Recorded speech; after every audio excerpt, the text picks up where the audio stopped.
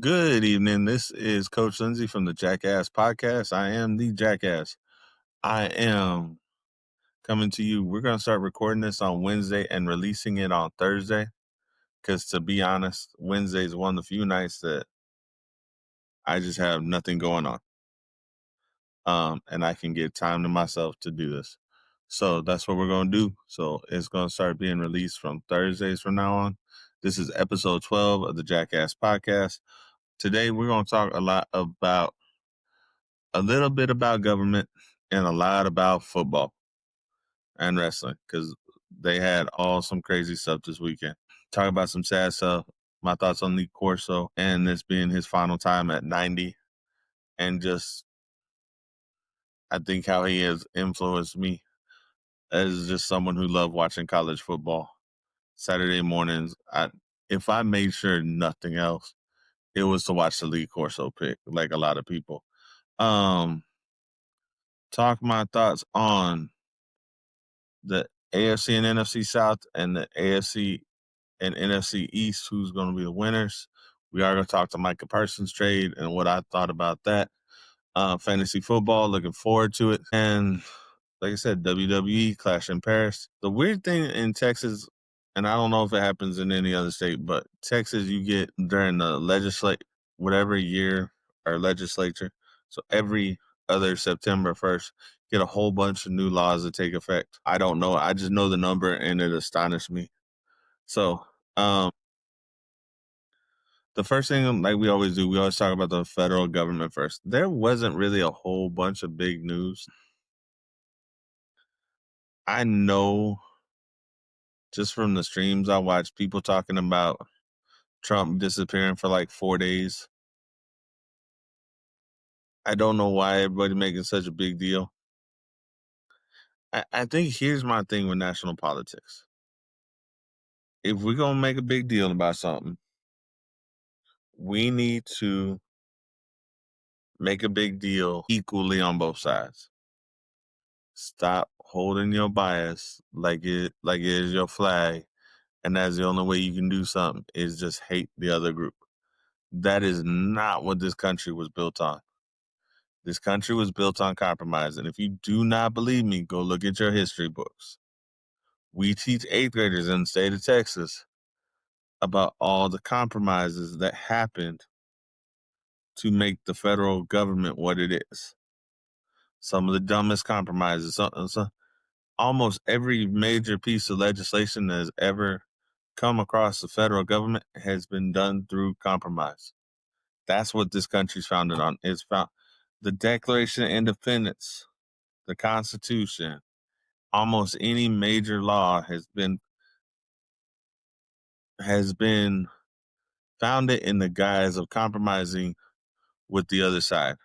And we have become so bipartisan that it's not funny. And I'm not just gonna blame one side. It's both sides.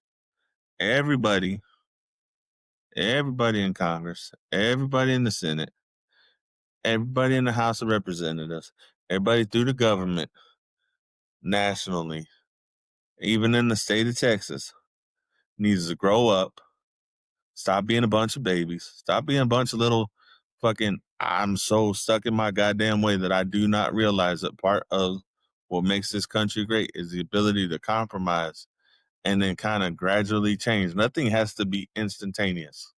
There's not a damn thing that's going to happen instantaneously, especially when the government's involved, because it takes so long to get it to be. And we can use cell phones in the classroom as an example.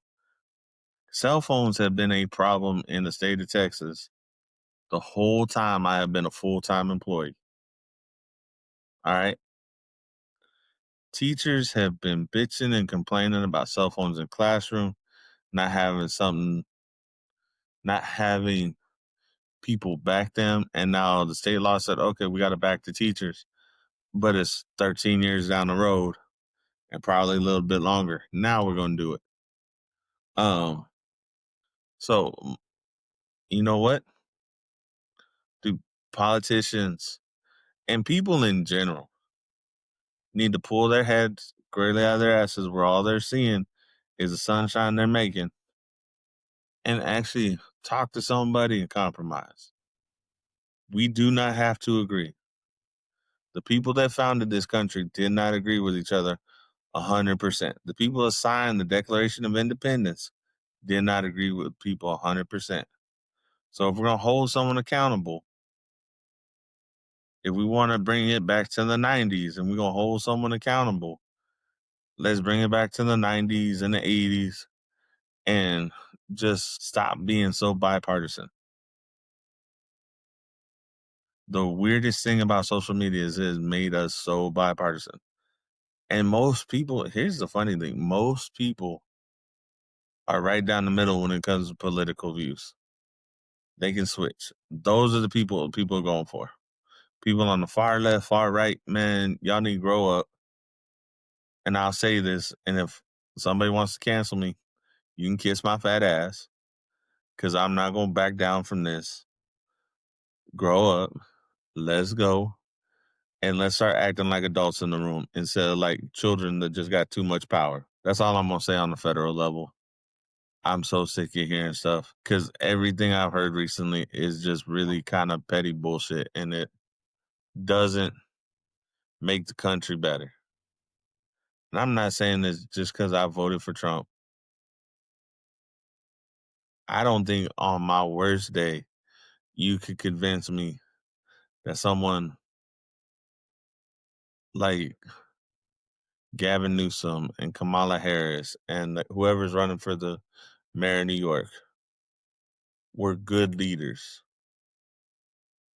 There were some people when Trump was running I thought would be better leaders than Trump. Like when Trump was initially running, I was watching the primaries. I was watching interviews of what people were saying. But, and I didn't, man, just Trump being so popular because people fell in love with that attitude he's at. Fine. Now, I bring all this up because since this election happened, I've been wondering what's the next step for both parties. Are the Republicans going to a JD Vance next or someone like JD Vance? Because in all honesty, the people who have tried, who people were like, oh, he's next, from Perry to Santos to Cruz, don't have the national cachet. Don't have people on a national level going, oh yeah, that's who we need. So I am wondering. I'm wondering if we're gonna try and get younger.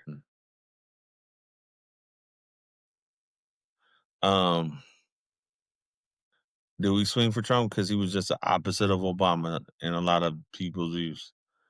So that's just something to ponder. We got another probably 2 years before we start really watching it.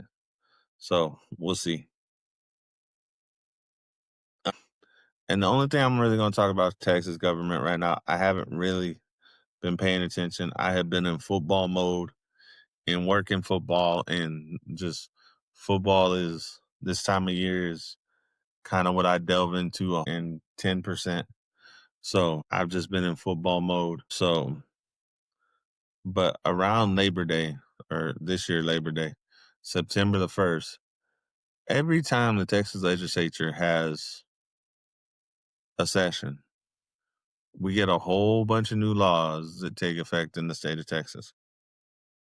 And by a whole bunch of new laws, the number I heard, and I'm gonna say it was a lady on TikTok, because I think she was talking about real estate. It said it was 837 new laws started on September the 1st. I don't know what all those laws are. I know there's some with education. I know there's some with real estate, but there's 837 laws that just dropped. That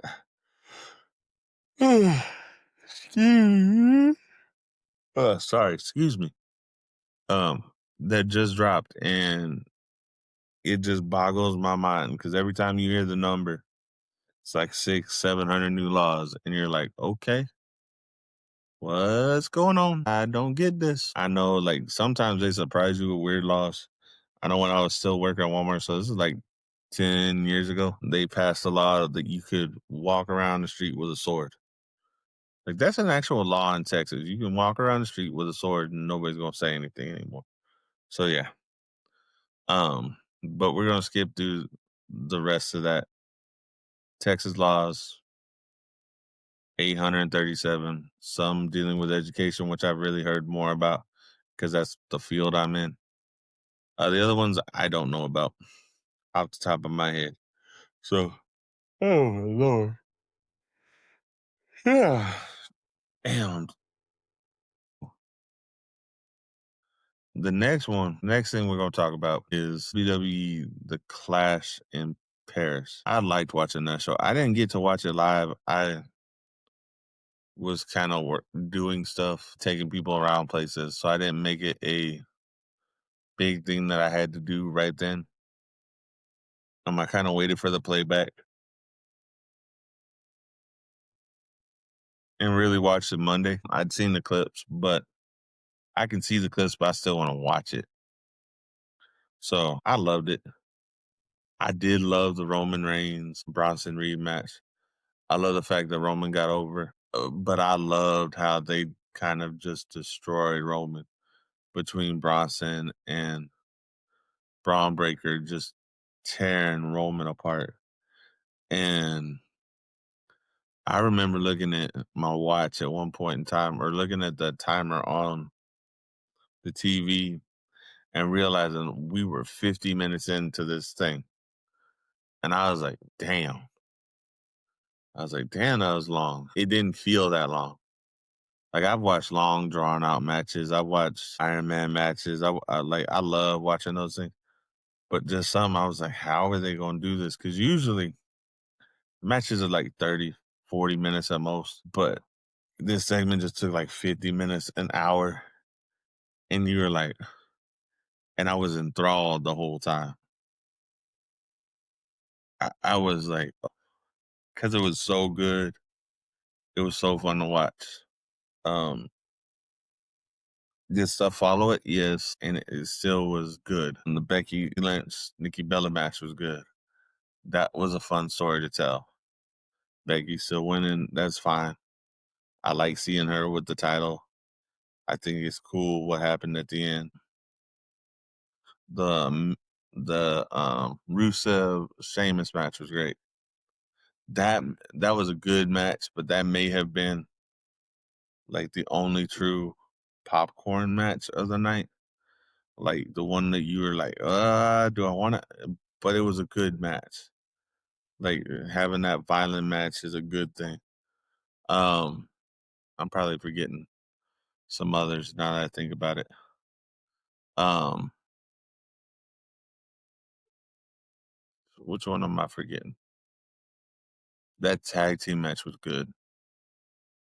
The Street Profits and the Wyatts and just how everything played out. That was a good match. I like watching the Street Profits. I like watching them chase the titles. They're fun to watch chase the titles. There's always that team that's fun to watch chase the tag team titles. And they come up with different ways to lose it. So that was cool. John Cena, Logan Paul. That match. John Cena is going to put in his best effort and give you matches that you have not seen from him in his 23 years and lay it on.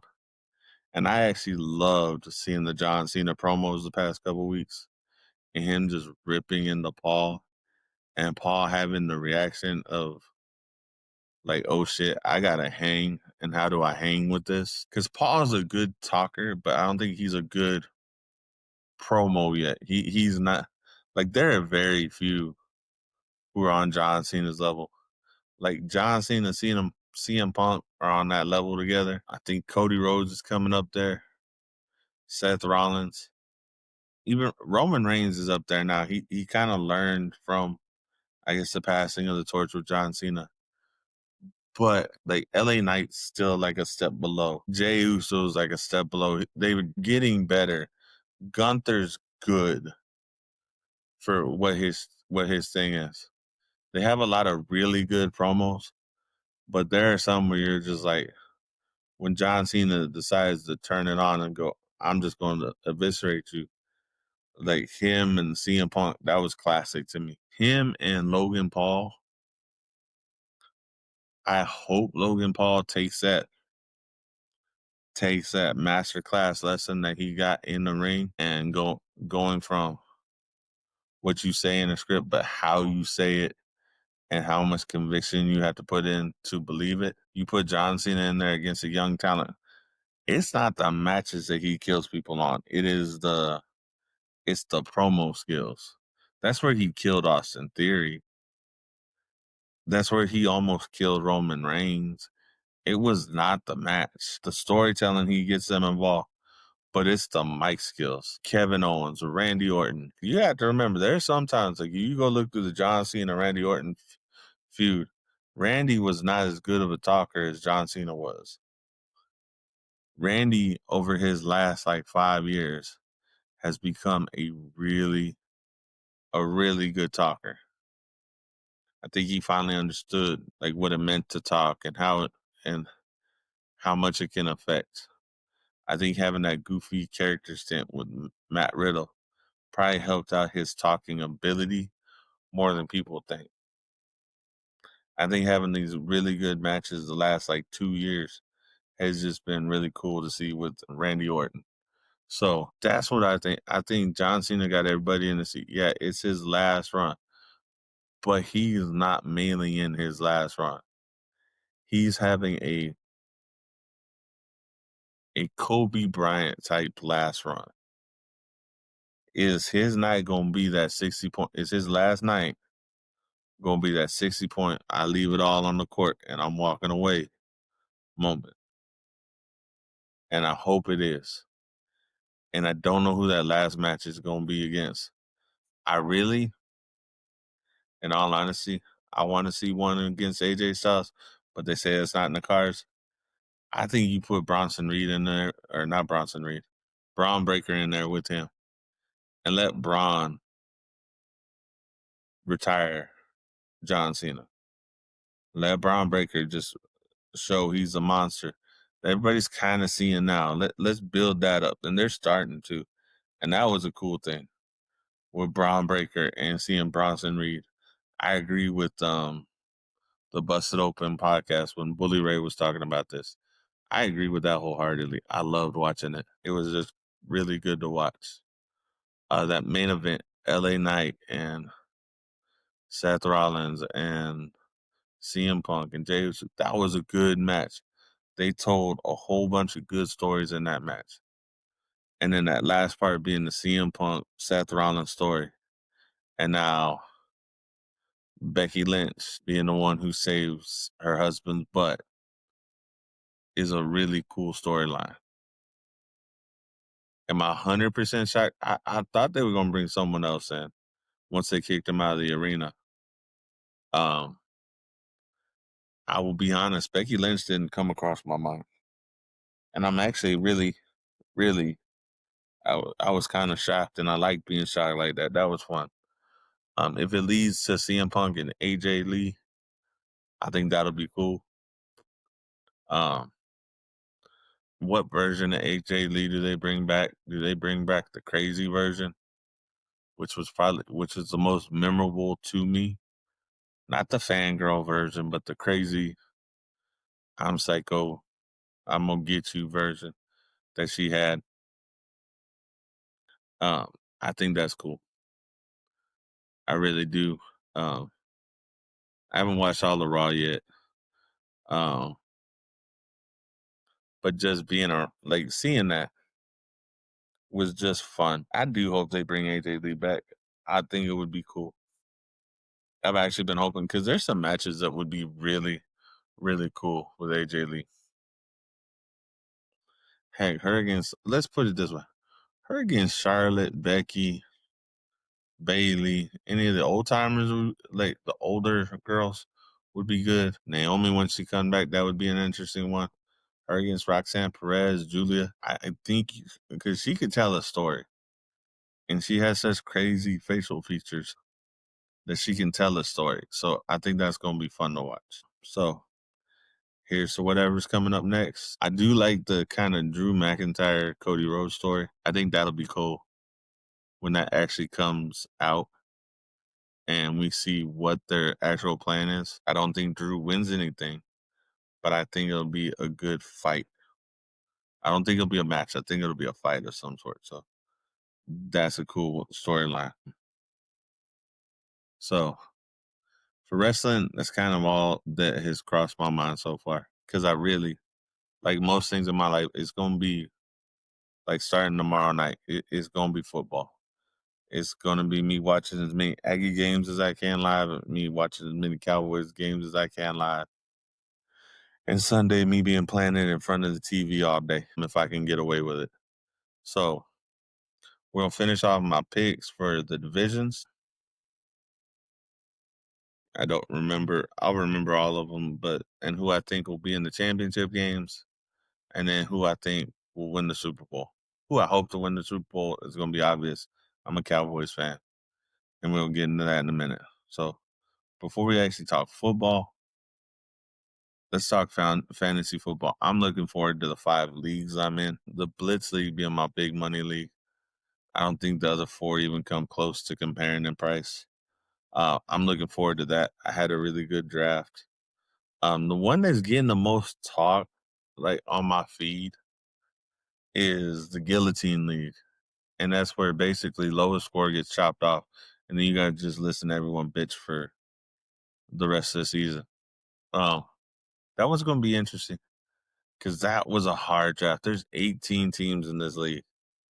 We got really deep into that damn draft, and so if you didn't go for certain studs off the jump, it messed you up. I'm in like 3 dynasty leagues, and then I'm in my 1 redraft league, and then this Guillotine League. And one of my dynasty is Pirate League. So if you win, you get to steal from the other team. So I think that's going to be a cool feature this year. That'll just be interesting to see how that goes. So you'll have like 2 days to steal. But I think in those leagues, I feel more comfortable than I do Guillotine. I feel real comfortable in my Blitz League. I think my strategy going in of making sure that I got really good starters at running back and receiver first off is going to benefit me in that league. I didn't get a premier tight end, but I got a good tight end. I don't like reaching. Like I don't like really reaching. I like looking at my list and seeing where I'm at and seeing if that player falls within. If it's somebody I want, but are they going to fall within? Are they predicted to fall within my next pick? And then how many fans of that team do I have? Like in our draft, I had like 5 Cowboys fans. So if I was going to go after a Cowboys player, I kind of had to get him early before everybody else would jump on him. But I'm looking for it. The Guillotine League talks so much shit. The boys at Shark Tank and the boys at 3 Putt Duck talk so much shit to each other. It's kind of funny. What I do think is going to happen this season as far as fantasy, I think my solid players are going to be solid. And I'm not even going to go through my list again. But like Dak, and here's the funny thing. In that league, I got Dak, and then I got Trevor Lawrence in like the 15th round. I know Trevor Lawrence isn't the world's greatest quarterback, but he is a really good, manageable quarterback that I can just kind of rotate between him and Dak and whoever's got the best matchup that week. So I kind of like that. I got a lot of CJ Stroud. I got a lot of Jordan Love in the dynasty leagues just because I went more youthful. Fantasy football, I'm looking forward to it. I think tomorrow I'll set my lineup, or maybe later tonight I'll make sure all my lineups are set to cover the Thursday night game. But I am so excited for football. Not just the NFL, but I'm also excited for college football. I'm a huge Aggies fan. I get disappointed every year right now. And yes, they played a cupcake team, but a team that's on the come ups in UTSA. And UTSA got one hell of a running back who's probably going to make an NFL roster. Because that boy his name is Robert Henry II. He is really, really quick. He likes going between the tackles. And I don't know, and I saw him catch a ball and he had good catching skills. So it's the only game I've watched of his so far. A&M got some really good transfer students. Excuse me, to replace people that they lost. Concepcion, I think it's Casey Concepcion, had a couple touchdowns, a big return touchdown, a big play receiving touchdown, some really big plays receiving the ball. Reed is looking more comfortable. So this will be fun to watch, especially when they get into the thick of the SEC and we get to the Texas game.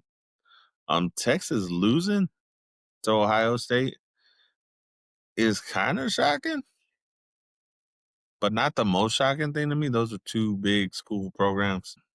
I'll give Texas credit for putting them on there for those two teams, like coaching a scrimmage. And then that night we went to the high school that we feed into, and we did their game. So that was one of those things. But I'm so looking forward to this season, college football wise. It's always fun to me. And speaking of college football, how can we go without talking about Lee Corso and that being his final headgear pick? And of course, he went back to what started it all, and he was right with Brutus, the Buckeye. There's something I'm going to miss that. There are a lot of things I have missed, like till Texas went to the S. I was missing the Thanksgiving week rivalry game between Texas and Texas A&M. That in Texas was such a big thing for such a long time, and there's a whole generation that don't really understand what that rivalry means. I had a book of Texas A&M, and they explained the rivalry. They know Texas's mascot is named Bevo because Texas A&M went and branded the Longhorn with the score 13-0. So Texas changed the brand to make it look like Bevo, and that's how he got his name.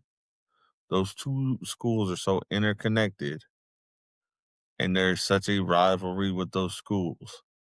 Like it matches in a ways I think it overshadows, or at least when you're down here, it damn sure overshadows Ohio State and Michigan, Florida State.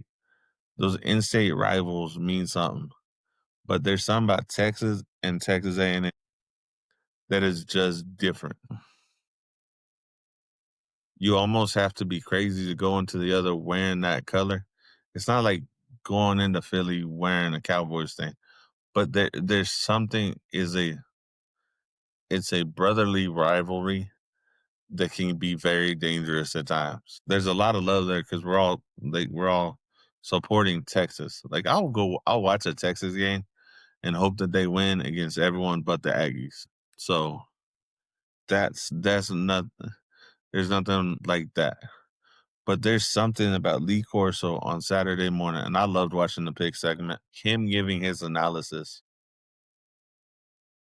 in the way he analyzed and the way you saw, like over his last 5-6 years, where they've kind of shown all the people that he affected as a coach. Lee Corso was kind of that guy you would like to be as a coach in a lot of ways. Just the energy he possesses, his knowledge of the game, the way he would break down games, the way he would break down his picks. Yeah, he got more theatrical about it, but he always gave you a solid football reason for him picking that pick. So I'm gonna miss those moments. I'm gonna miss there's an inherent goofiness to someone like Lee Corso who just has so much love for the game of football and wanted to spread what his love was. There's a lot of why people love college football is because of how Lee Corso spread his love. It's the same thing with college basketball and Dick Vitale spreading his love of college basketball. If y'all want to know what women's sports is missing, it's not just talent a lot of times, it's the people who have the passion for it and can exude that passion in such a way that that the image that they portray, as goofy and as clowny as it can be, is still genuinely them. If women's sports missing anything that makes their sport more infectious, it's those people that have such a love for that sport that convey it nationally and convey it for the betterment of the sport. To me, a lot of women's sport, now that I'm thinking about it, don't have that passionate fool, a guy who's willing to make a fool of himself. And there's a double-edged sword to it. Men can generally get away with making a fool of themselves and be goofy and still be taken seriously. For some reason, we don't give women in sports that grace. So I think women need to find those people. Katie Nolan, like on TV, was one of them. I used to like watching Katie Nolan, because she would come up with good sports. She was a little goofy, but she had an infectious love for the sport. Those people that actually love the sport, and you can tell, like, you can't fake it. If you want that to be a success, you have to find that person that just has that natural charisma to be goofy. Maybe not goofy is the wrong word.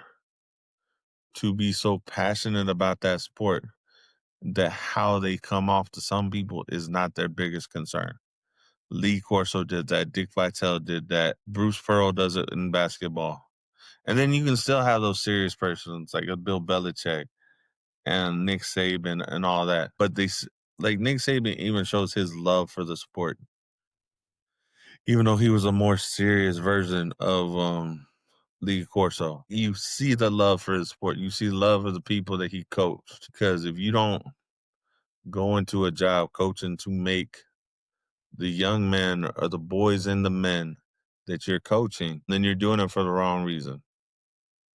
Because yes, wins and losses are great. In middle school, I tell the boys, hey, we're working to get better every day.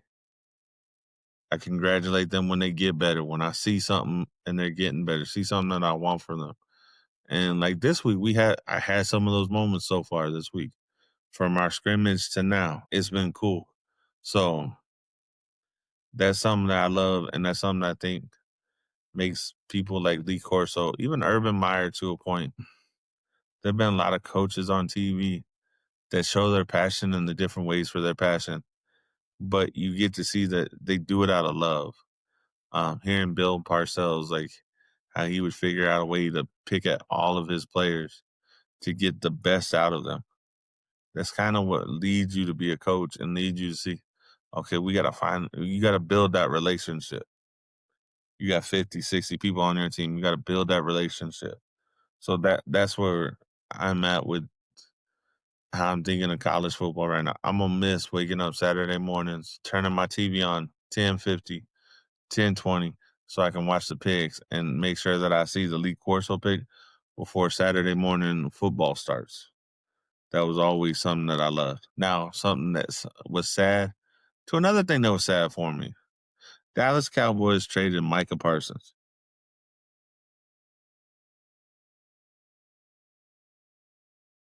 I have a couple thoughts on this.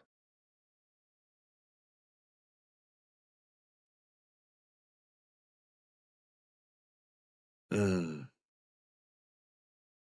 You can tell me that this makes somewhat football sense. Yes, you get Kenny Clark. Uh, he's not the same name, and then we get two future first round picks. And we hope that we can find someone like Micah Parsons in those first round picks. And you would be right, man. He led a defense. He was on the defense. They put him a defensive end. He's probably too small for that spot. He didn't have enough. He doesn't have enough weight on the backside to actually hold people and not get run over when a tackle runs him over because he's a linebacker. He used the speed great and all that. But you're not gonna convince me as a Cowboys fan. I've been a Cowboys fan since their last set of Super Bowls. I've heard so many people talk about Jerry Jones and his damn ego. And this is one of those his damn ego moments. You're not gonna convince me that a man who's worth his franchise is worth $10 billion is 200 times full what he paid for it. This was not ego driven. He can sit there and spend that bullshit all he wants. This was ego driven. This was, I thought we had a deal done. Wasn't a handshake deal. Yeah, your agent wasn't involved, but we had a deal done in my mind. This is ego driven. This is a Jerry Jones move that is purely ego driven, like him trading for Roy Williams, or him just doing some off the wall thing where he kind of just fucks his coach and just says, "Oh well, tough shit. You got to deal with it." This is a Jerry Jones. This is the reason that the Cowboys have not won a Super Bowl since I was in middle school. That's over 30 years ago. This is the exact reason the Dallas Cowboys have not won a damn Super Bowl. And now, if this becomes the genius Herschel Walker move, but it's not. He didn't get even the same amount of picks. This is not that slick thing. This is not you taking the Jimmy Johnson shine when you gave him, when you guys first started out together in Dallas and getting the shine taken away from you because Jimmy Johnson was the coach and everybody thought he was the architect of the team because he came off like that because he had just won national championships at Miami and you had done jack shit in football at the time. And still, as a football guy,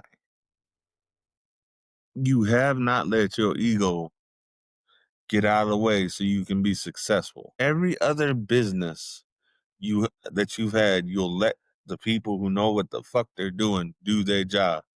But football, no. Because I played at college. I understand the pros. It's 40 years since I played when we probably ran the wing T in college. Didn't really pass the ball because it was Arkansas. Like, let's be honest. This was a Jerry Jones ego move, and you're not going to convince me otherwise. So, am I happy about the Micah Parsons trade? No, not really. Do I understand it financially? Yes. One of the guys I work with pointed out that we shouldn't have 3 players making 70% of the salary. And you know what? He's right to a point. But Dallas has always overspent for their players because they wait too goddamn long to sign their players. They don't set the market. They let the market set what they're going to get. And their players just wait it out. So that's my spiel on Micah Parsons. I can't go on for it for too long. All right, so we're gonna talk about the AFC and the NFC South. This is who I think is gonna win. I'm gonna go AFC first, and I'll go NFC, just like we've been doing. We're gonna do South and the East today. So AFC South, this is what I think. I think the Texans are gonna win that division because I don't think there's a team coached well enough and talented enough to beat them. The Jags may be the closest in talent, so they're going to be number 2.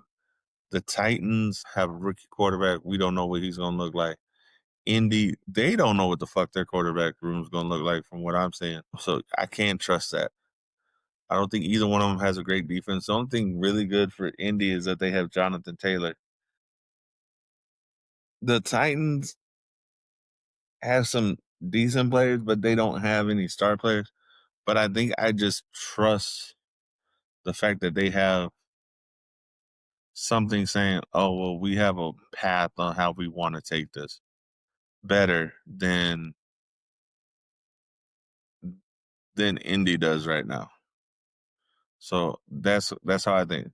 Texans, Jag, Titans, and Indy is what I think, and I think Thunder Ducks or JC on 3 Ducks or 3 Putt and Duck is gonna be shocked that I picked the Texans. I hope he's not, but Yeah, I'll pick the Texans. In the NFC South, I think that's the Bucks because I just trust Baker Mayfield more than I do any other quarterback in that division, and I trust Tampa Bay. Tampa Bay is not the before the Tampa 2 defense. They haven't been for years. They go find players. They make sure that they have good players. They've been a solid team for a long time, so I trust Tampa Bay. Baker Mayfield and all them, Mike Evans, and the fact that they got some rookies coming in to take place of their veterans. They're more Patriot-esque in that route, so I like that. The Falcons, I think I just trust Penix more than I do Spencer Rattler or Bryce Young right now. That's what we're going off of. I actually trust the weapons around them more than I do in the Saints. The only weapon I trust two weapons there, but I don't trust Spencer Rattler yet. Like I trust Chris Olave, he's gonna catch a lot of balls, and I trust Kamara until he starts falling off a cliff. But I don't trust him more than I do all the weapons that they have in Atlanta, and I think Atlanta's defense is probably better than the Saints' defense. The Panthers have just been trash fire, a big old pile of trash fire. That just yes they got what's it called? They have Bryce Young and they have some talent around them, but they don't. I don't think they have enough to do anything in that division yet. Maybe next year, maybe another draft. We'll see. All right, now we're going to talk the East, so the AFC East, and then we're going to talk my division, the NFC East. And I'll make my case for the Cowboys winning that division here in a minute. But for this one, until somebody beats Buffalo in that division on a consistent basis, Josh Allen and the Buffalo Bills are going to win that division. Buffalo took over the Patriots spot in that division right now until someone gets enough talent to beat them. The only one close enough in talent, especially offensively, is the Dolphins to me. Drake May's a second year guy. I don't trust him yet. And as much as I love Justin Fields and the Jets, I don't trust Justin Fields either. As a quarterback making the right decision. I know he got better. I know he got to learn under Russell Wilson, who is like an ultimate check down type guy. But I just don't trust those two yet. I don't trust all the weapons around them yet. But I trust the Dolphins' weapons more than I trust the other two. So I'm going to say Buffalo, Dolphins, Pats, then Jets. Just because as an organization, I trust the Pats more than I do the Jets. The Jets have been a clusterfuck fire forever. And until they prove me otherwise, that I can't trust the Jets. So Harper, if you're listening to this, your Jets are going to suck probably. And I think you already know that because Jets fans know that their team is just a dumpster fire a lot of times. So the NFC, I've thought about this. I really did. Logically, I think the Eagles will probably win the division. But I'm going to play with my heart. I'm going to say, based on the fact that when Dak is in for a whole season, the Cowboys are never under double-digit wins when Dak has played a whole season. And I'm going to stick with that. I think they're good enough. He's got a winning record against most of the clubs in his division. This includes Jalen Hurts-led Eagles teams. I'm hoping that Dallas can get their Achilles heel taken away this year and have another one because it's been running up the gut and running over them has been their Achilles heel forever, for like the past 4 or 5 years.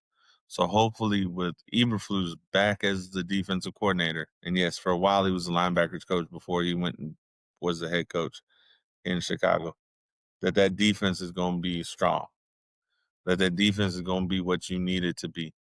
So that's what I'm looking forward to in this. I think it's going to be the Cowboys, the Eagles, the Commanders.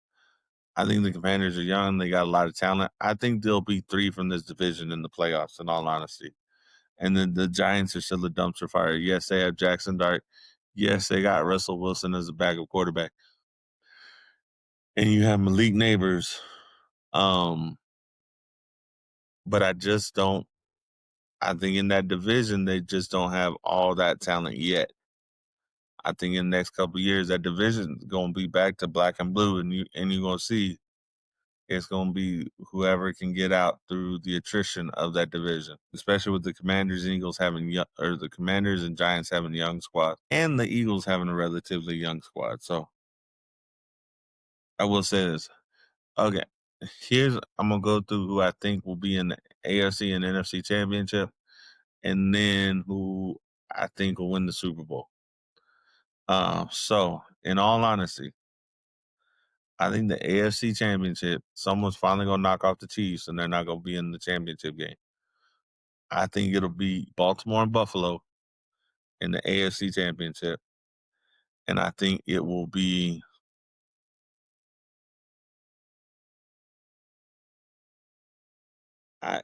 you know what? I think it's gonna be whoever wins the NFC East, because I think that's one of the hardest divisions. And you know what? I think it's gonna be Detroit. Now that I sit here and think about it, I think it'll be Detroit.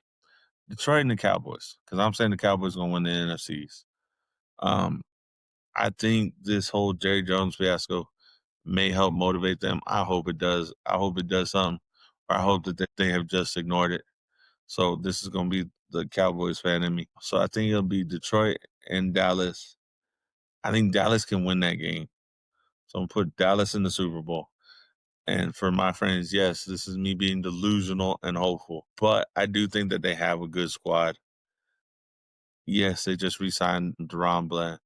They have found diamonds in the rough, made them really good star players. Do they have their elite pass rusher? No, but you know what? Dallas has been sneaky with having more than just Micah Parsons the past few years. Yes, you also got rid of DeMarcus Lawrence, which was a dumb move too, or he just decided not to come back. But I'm gonna say this squad with that offense can be a front running team and just put pressure on the quarterback. And you know what? As much as I would love, I love just the core of Baltimore, at least offensively with Derrick Henry, Lamar Jackson, them getting receivers out so wide for him. I think it's going to be Buffalo, because I think Josh Allen is that dude there, and he doesn't need the star receivers, and he can make star receivers. So I think it's going to be a rematch of the 90s, Buffalo and Dallas in the Super Bowl, and Three Putt Duck can kiss my ass real quick. And if it's that, I think it'll be a close Super Bowl, but I'm going to go Dallas wins. And yes, that's my homer pick. If y'all don't like it, tough shit. But I'm looking forward to football. I'll give y'all some updates as we go through of what my fantasy season looks like, of what my middle school season looks like, how we're looking. I didn't get to tell y'all, we look decent at our scrimmage. We had a lot of stuff to work on. I had a player who just got unfortunately hit the way he did. Had some players just walk off with an injury. It is just that first scrimmage of the year. It was fun to watch. They got better as the day went through. I was really proud of that. And this week we've gotten better. So we'll see. I got a game on Saturday, and it'll be fun. So, hey, y'all, thank you for listening to my podcast. This is a Jackass podcast. I'm on Spotify. I should also be on Amazon, and I think I'm on Apple, but I won't swear to it. I have to go check that again. And Audible. Thank you for listening. Y'all have a good one. Have a good week. I will see you next Thursday. By the time this comes out, it'll probably be late Wednesday night. So I'll start doing them Wednesday nights, releasing them on Thursday. All right. Thank y'all. Y'all have a good one. And peace.